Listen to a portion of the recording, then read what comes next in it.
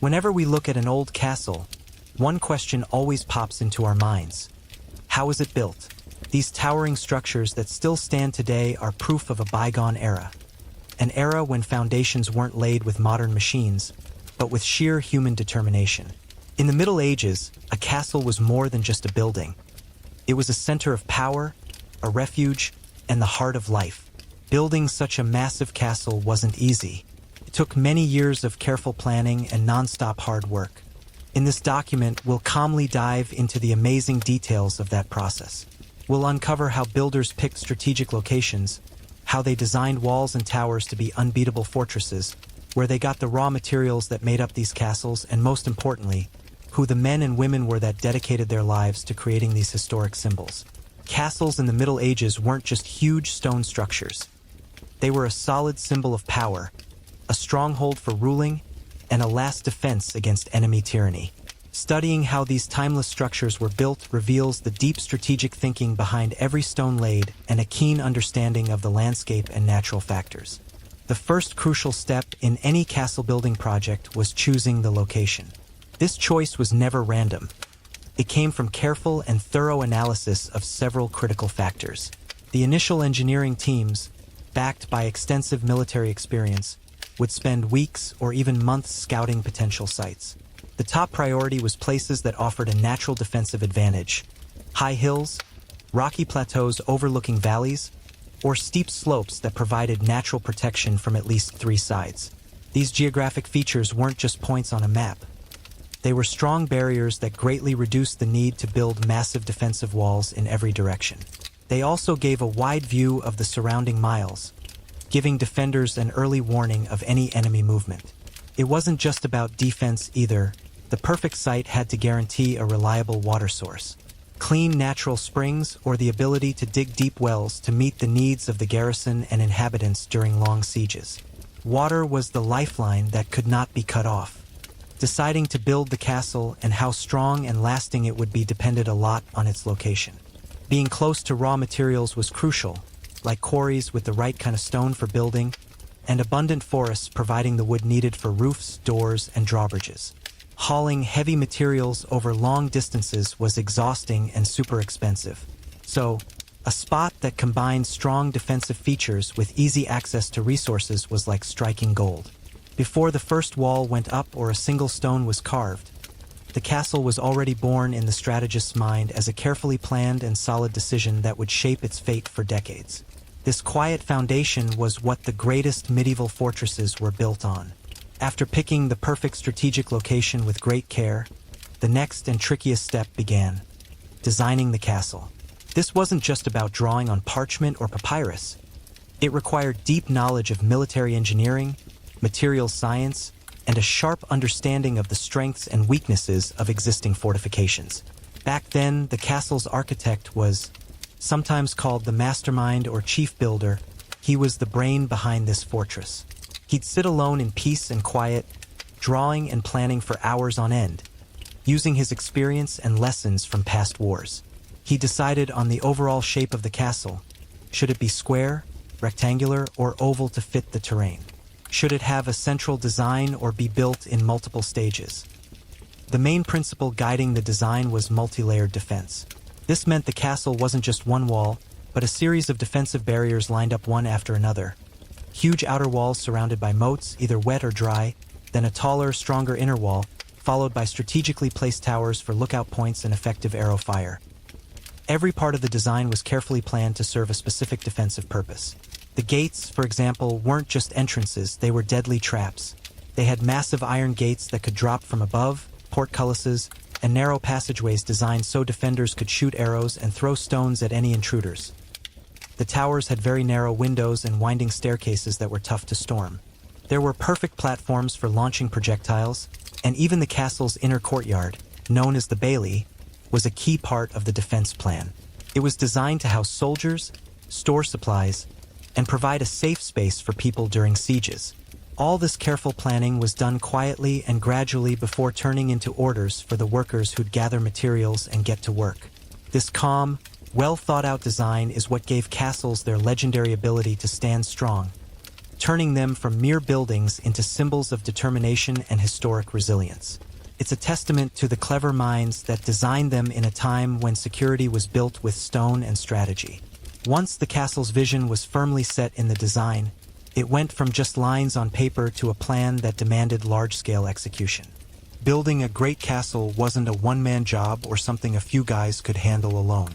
It took a massive amount of resources, not just stone, wood, and iron, but more importantly, a whole army of workers quietly and tirelessly putting in the hours.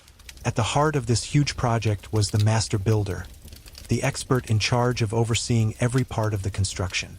Under his command worked countless skilled and unskilled laborers, each playing a vital role in this slow, steady building symphony. There were the stonecutters who spent their days in the quarries, carving massive rocks and chipping away at the extra layers to shape blocks that could be moved. This was tough work, demanding huge physical strength and endless patience, as the stones were broken manually using wedges and hammers before being carefully transported to the building site. Meanwhile, the carpenters worked hard in nearby forests, carefully selecting the right trees, then cutting and shaping them into strong beams for roofs, planks for floors, and frames for temporary scaffolding. This wood they treated it with pretty basic methods to make it tougher and more resistant to the weather. As for the unskilled workers, they were basically the backbone of the whole project. Their main job was moving materials. Imagine thousands of men running around, dragging and carrying huge stones, sometimes over long distances, using simple wooden pulleys, primitive carts, or even just on their backs. Moving a single stone could take hours of non-stop silent effort. On top of that, there were the stonemasons, who were the most important craftsmen on site. They were responsible for shaping the stones and fitting them together with incredible precision so that there were barely any gaps. Their work was an art that required exceptional skill and a deep understanding of how to distribute weight and how the walls would bear pressure. This massive process, which sometimes took years or even decades, was a testament to human patience and organization. In the Middle Ages, every stone set and every beam lifted told the story of an army of patient workers who quietly and devotedly built monuments that would keep their memory alive through the ages. After raw materials were extracted and prepared, and after the army of patient workers and craftsmen gathered, the next phase would begin. The longest and most exhausting phase was the actual building and laying of the stones. It was like a slow dance between the stone and time, as each wall and fortress rose slowly and steadily, stone by stone, day after day, season after season. It always started with the foundations. After leveling and clearing the site, deep, solid trenches were dug into the ground and filled with rocks, gravel, and mortar to create a strong base that could support the massive weight of the walls to come. This work was done underground, out of sight, but it was crucial to ensure the castle's stability for centuries to come. After the foundations, the walls began to rise. Skilled stonemasons carefully placed each stone in its exact spot using simple tools like hammers, chisels, and a basic water level. They bonded the stones together with strong mortar, usually a mix of sand, lime, and water, to create a solid, cohesive layer. Walls were usually built with two outer layers of precisely cut stone, with small gravel and mortar filling the gaps between them. This made the walls stronger, sturdier, and better at withstanding shocks. As the walls got taller, massive wooden scaffolds were needed. They'd be built, taken down, and rebuilt with each new level. These scaffolds weren't just platforms for workers. They were a complex network of wooden beams that let workers and materials reach those great heights safely. Heavy stones were lifted using pulleys, ropes, and winches powered by animals or many hands, in a slow, repetitive process. Every part of the castle was built methodically and patiently. Round or square towers were constructed layer by layer to become advanced defense points. Secret passages ran inside the walls, narrow slits were made for shooting arrows, and lower holes were designed to pour hot oil or pitch onto attackers. All these details were executed with extreme precision during construction. The hard, continuous work went on for many years, under the blazing sun or freezing winter cold. The fortress is what turned drawings and designs into a tangible reality. Every castle was a silent story told through its walls and towers, a testament to human patience and the art of building that defied time. Once the towering walls and sturdy towers were complete, and the outer structure of the castle took on its majestic form, the next phase began, just as important as the previous ones, turning that silent stone mass into a living space, a place that quietly thrived with daily life behind those strong walls. This was the stage of interior construction and preparing the living and functional areas. The castle's inner courtyard, known as the Bailey, was the beating heart of daily life. Around this courtyard, the main residences for the lord and his entourage were built, along with soldier barracks and huge kitchens that buzzed with constant, silent activity preparing food. There were also stables, storage rooms, and small craft workshops. The main building in any castle was the keep, the last stronghold or dungeon. This massive tower was the final refuge if the outer defenses were breached. Inside it, you'd find bedrooms, reception halls, and possibly more. A small private chapel for the ruling family had exceptionally thick walls and very few, tiny windows to provide maximum protection. Life inside was quiet and self-sufficient, especially during sieges. Castles weren't just military forts. They were also administrative and economic centers. The surrounding lands were managed there, taxes collected, and courts held. There were rooms for documents and records, and others for peaceful negotiations between lords. This mix of functions made the castle a self-contained little world. Other everyday details were carefully added too. Deep wells dug inside the courtyard to ensure a steady water supply, large bread ovens filling the air with a warm aroma, even simple baths and basic sewage systems thoughtfully planned to offer some comfort and cleanliness in a time when such luxuries were rare. Slowly but surely, the solid stone mass transformed into a fully functioning castle, ready to welcome life within its walls. Every corner, every room, every hallway was designed and built with a purpose, to serve a need and provide a safe haven. Calm in a chaotic world, it's a testament to human adaptability and the ability to create a space of peace and safety, even in the toughest times. With the castle's main structure complete and its interior spaces ready for daily life, the work didn't stop there. Another layer of complexity and detail was added to boost the castle's defensive power, turning it into an unbeatable fortress that stands alert in silence behind its tall walls. These fine details are what set the castle apart from just being a big building. One of the most important additions was the moats, either filled with water or dry, that surrounded the castle on all sides. These moats weren't just barriers.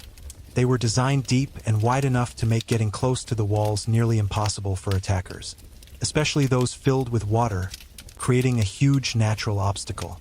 The only way in and out was via drawbridges, which were carefully raised and lowered when needed, adding another layer of security. Along the walls and towers, there were narrow, long slits called arrow loops or embrasures. These were precisely designed to let archers shoot arrows at enemies while staying protected. A relative sense of safety inside the castle came with maximum protection for its people. Their view of the enemies was wide, while spotting them from outside was extremely difficult.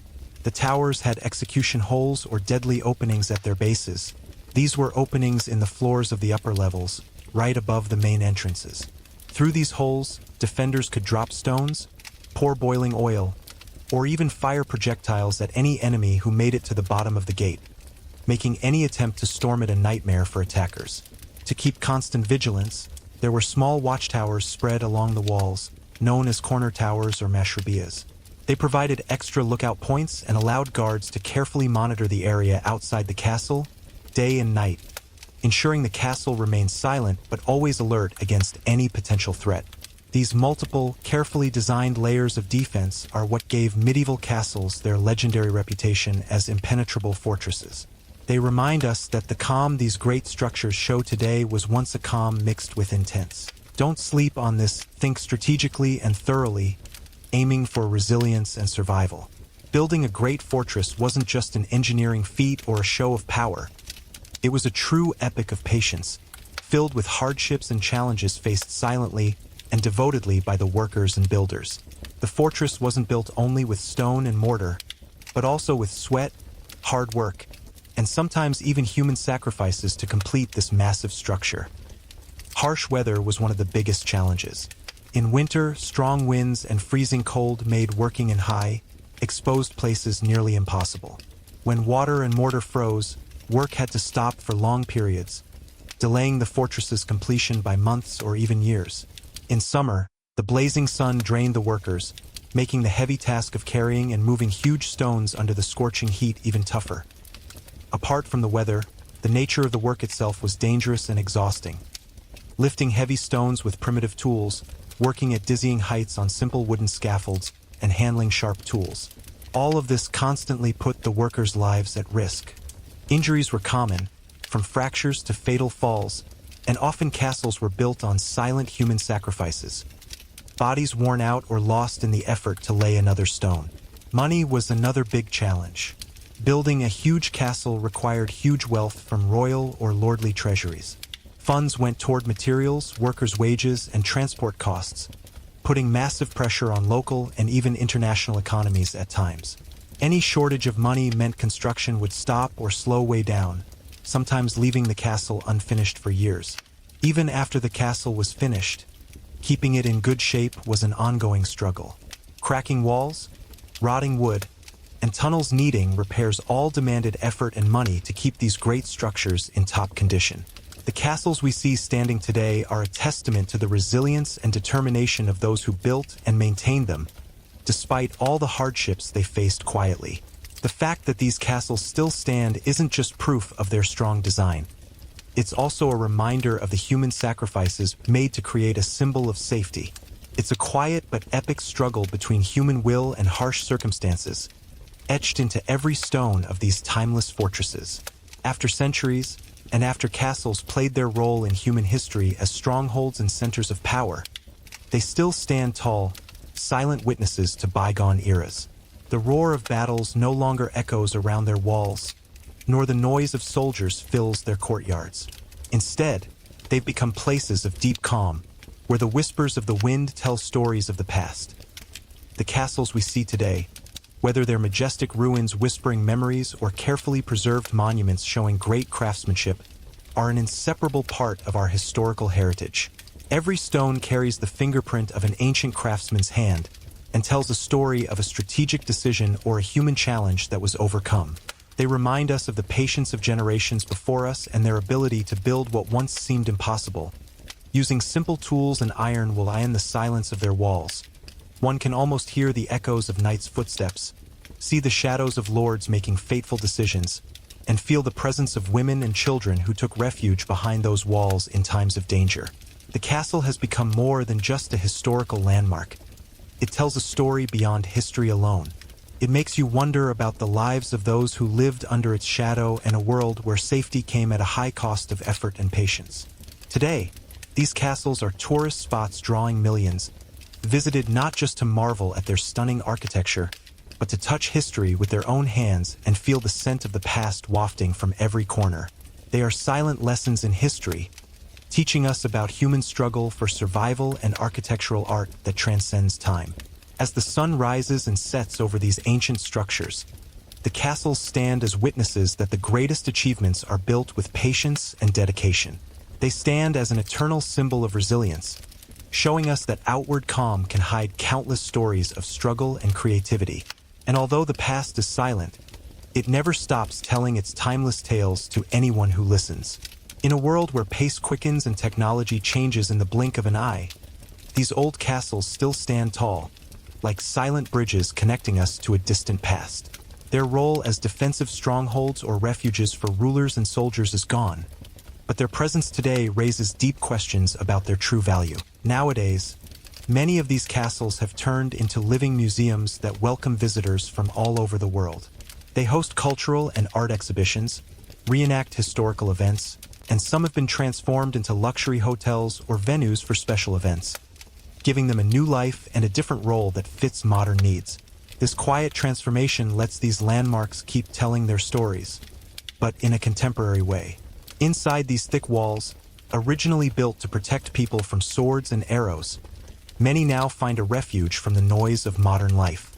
The silence in their halls and the cool air flowing through their corridors create a space for reflection and calm, away from the hustle and bustle of cities and the glare of screens. They offer a unique chance to disconnect from today's world and dive into the simplicity and strength of the past. Castles also inspire art, literature, and modern architecture. They're an endless source of legendary tales, romantic stories, and historical dramas, keeping their stories alive in our collective memory. Plus, the values of resilience, strength, and strategic planning they embody. The materials used in building them still inspire modern engineers and architects in their quest for designs that last and withstand the test of time. As we strive to move forward, castles remind us that history isn't just a story of past events, but an inseparable part of our identity and a source of wisdom and inspiration. They stand as quiet symbols of authenticity and resilience in a constantly changing world, giving us a chance to connect with our ancestors and reflect on humanity's ability to create something great and long-lasting. And so, castles continue to tell their silent stories, not just as relics of the past, but as a living part of our present and a quiet message to the future that patience and determination can build a legacy that never dies. After the castle was completed and fortified, it was no longer just a silent defensive structure, but became a self-sustaining community, alive with the daily rhythm of life and work. Behind its strong walls, life was a unique mix of military routine, civil activities, and constant readiness for any emergency. Dawn in the castle started early.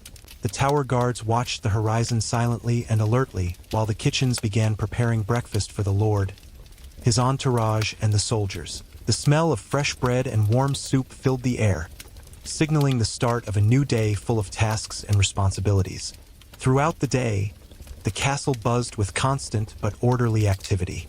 Soldiers trained in the inner courtyard, sharpening their skills with swords, bows, and spears. Craftsmen worked in their workshops.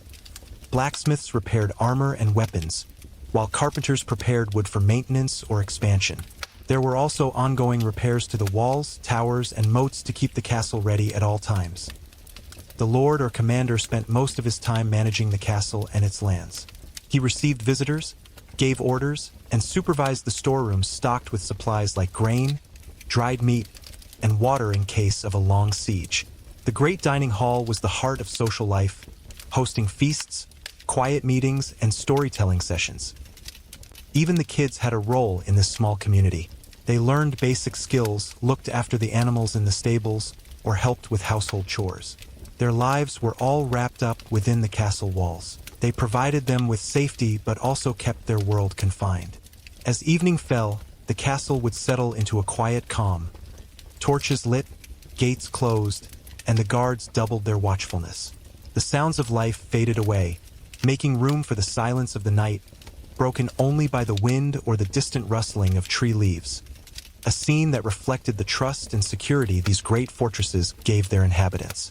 The main strategy of the siege was to lay a tight blockade around the castle to stop supplies and reinforcements from getting in. This quiet siege aimed to wear down the defenders, draining their food, water, and ammo until they had no choice but to surrender, avoiding a costly direct assault with heavy casualties. But when this silent siege didn't work, medieval armies turned to devastating engineering inventions. Huge catapults, known as trebuchets, were built out of the range of the castle's arrows and used to hurl massive stone projectiles weighing hundreds of kilos, all with the goal of smashing walls and towers. The sound of their launch marked the beginning of the attack, a whole new level of challenge. There were these huge, moving siege towers built to be taller than the castle walls, slowly pushed forward so soldiers could jump straight onto the walls. Building and moving these towers took massive effort, and defenders often set them on fire before they even reached their target. It wasn't just about the surface either. Attackers sometimes dug tunnels under the castle walls to weaken the foundations and bring down parts of the wall. This secret, silent underground work needed great skill and serious bravery, since the tunnel could collapse on the diggers at any moment. On the other hand, castles were designed to handle these threats. Their thick walls, deep moats, and closely spaced towers were all meant to frustrate the attackers' efforts. The garrisons trained constantly to fend off attacks, fix damage, and keep morale high despite the ongoing pressure. The story of medieval sieges is basically a constant battle between creative defense and destructive assault. Every attempt to storm a castle and every resistance from inside added a new chapter to that story. The story of human conflict is quietly told through the ruins of those forts that either stood strong or fell in the face of these huge challenges.